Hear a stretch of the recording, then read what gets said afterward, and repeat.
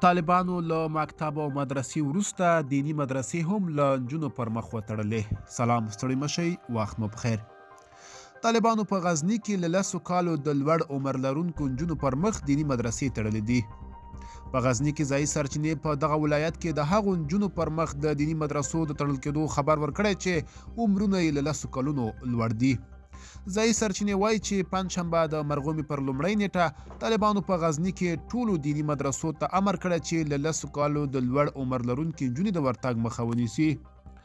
بلخوا د غزني د نجونو د یوې دینی مدرسې له لوري په ټولنیزو شبکو کې په خپره شوې خبرتیا کې ویل شوي چې د طالبان د حکم له مخې د قرآن کریم د حفظ سیالۍ چې ټاکل شوې وه نن ترسره شي د نامعلومې مودې لپاره وځنډول شوه.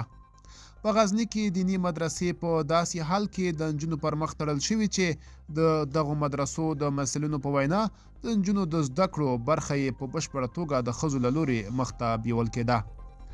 ملګرو، دا به زموږ چمتو شوی ویډیو د لا ښکلې ویډیوګانو لپاره موږ سره پاتې شئ. تر بیا ښه وخت.